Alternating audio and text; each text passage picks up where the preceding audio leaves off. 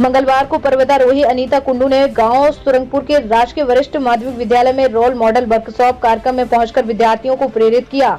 अनीता कुंडू ने स्कूली बच्चों को जागरूक करते हुए कहा कि आज के बदलते परिवेश में हमें अपनी संस्कृति और संस्कार नहीं त्यागने चाहिए। आज भी थाने में थानेदार हूँ, लेकिन मेरे घर में मेरी माँ ही घर की थानेदार है। इस दौरान कार्यक्रम में बतौर मुख्य अतिथि पहुंची पर्वतारोही तेनजिंग नॉर्गे अवार्ड से सम्मानित और हरियाणा पुलिस में इंस्पेक्टर के पद पर कार्यरत अनीता कुंडू का विद्यालय में पहुंचने पर स्टाफ सदस्यों और विद्यार्थियों के द्वारा जोरदार स्वागत किया गया। कार्यक्रम का शुभारंभ मुख्य अतिथि अनीता कुंडू ने मां सरस्वती की प्रतिमा के समक्ष दीप प्रज्वलित करके किया। उसके बाद विद्यार्थियों को संबोधित करते हुए उन्होंने ठेठ हरियाणवी अंदाज में कहा कि अपनी हरियाणवी बोली ने कदे न छोड़िए।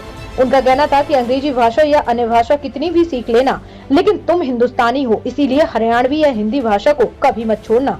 यह संदेश उन्होंने चीन देश में मिला था, जहां अंग्रेजी और अन्य भाषा में कुछ नहीं लिखा जाता, हर जगह है चाइनीज भाषा ही प्रयोग की जाती है।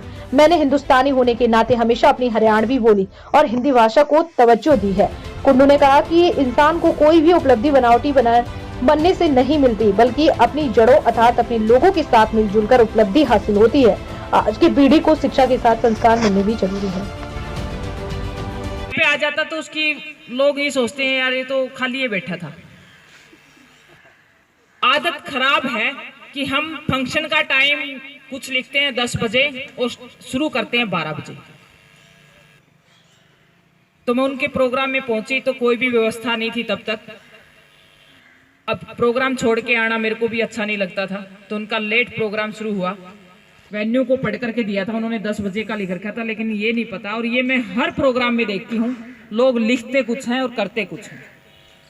आज मैं आप बच्चों को सिर्फ और सिर्फ एक ही बात पे बात करूंगी कि टाइम का क्या महत्व है। टाइम की मैं बोल रही हूँ, ये मैंने अपने दिमाग में पहले बनाए थे, फिर वो चीजें मैंने हरियाणा पुलिस में आप जो इंस्पेक्टर के पद पर हैं और सरकारी नौकरी के साथ साथ आप जो है इतना ज़्यादा संघर्ष कर रही हैं, और आगे आगामी लक्ष्य आपका अब क्या है?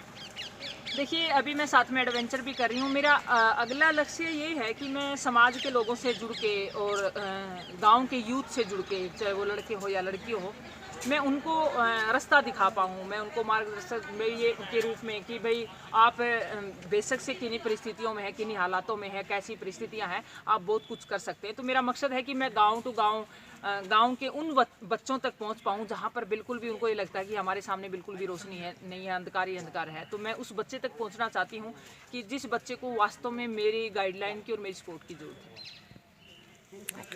मैडम, आज आपने जो है सुंगरपुर के सरकारी विद्यालय में जो है रोल मॉडल के रूप में आप यहाँ पहुँची हैं। पहले इस कार्यक्रम के बारे में बताइए, क्या कार्यक्रम था और बच्चों को आपने मोटिवेट किया, इसके बारे में बताइए।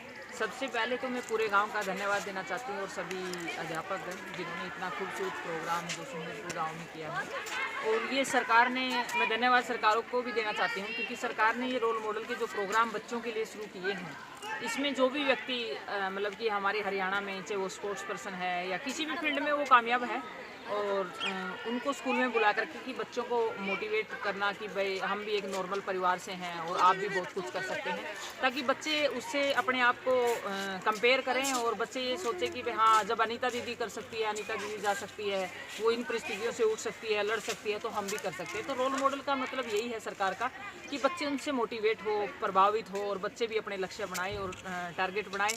और खासकर ये गवर्नमेंट स्कूल के लिए अभियान चलाया, लेकिन मैं आपके चैनल के माध्यम से ये कहूँगी, ये लड़कियों के लिए चलाया है कि हरियाणा गवर्नमेंट ने सिर्फ लड़कियों के लिए नहीं, ये लड़कों के लिए भी होना चाहिए, क्योंकि मेरा ये मानना है मोटिवेशन की आवश्यकता हर इंसान को होती है, चाहे वो लड़का हो चाहे लड़की हो, तो लड़कों को और भी ज़्यादा आवश्यकता है। ग्रामीण क्षेत्र से आप जो है संबंध रखती हैं, और ग्रामीण क्षेत्र के मैंने देखा है पहले भी आप ग्रामीण क्षेत्र के स्कूलों में काफ़ी बच्चों को जो मोटिवेट करते रहते, तो ग्रामीण क्षेत्र के बच्चों के लिए आप क्या कहना चाहेंगे? देखिए, ग्रामीण जो क्षेत्र के जो बच्चे हैं, बहुत प्रतिभाएं हैं, जितनी भी प्रतिभाएं हैं गांव से निकलती हैं।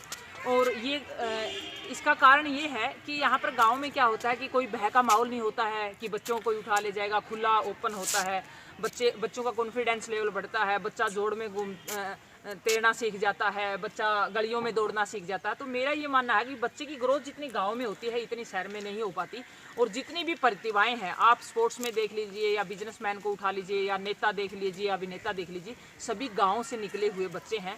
तो मैं एक ही बात कहूँगी कि सिर्फ और सिर्फ हमने उनको एक रास्ता दिखाना है, गाँव में प्रतिभाओं की कमी नहीं। ग्रामीण क्षेत्र से उठकर आपने कभी सोचा था कि आप नॉर्गे अवार्ड तक जो है पहुंच पाओगे? आपको जो नॉर्गे अवार्ड दिया गया है भारत सरकार की तरफ से, इस पर आपका क्या कहना है? जी बिल्कुल, मेरा शुरू से ही सपना था। जब से मैंने अपने जीवन में होश आया है तो मेरा एक ही सपना था कि मैं कुछ न कुछ अलग करूंगी दुनिया में, जिससे लोग मेरे काम से मुझे जाने।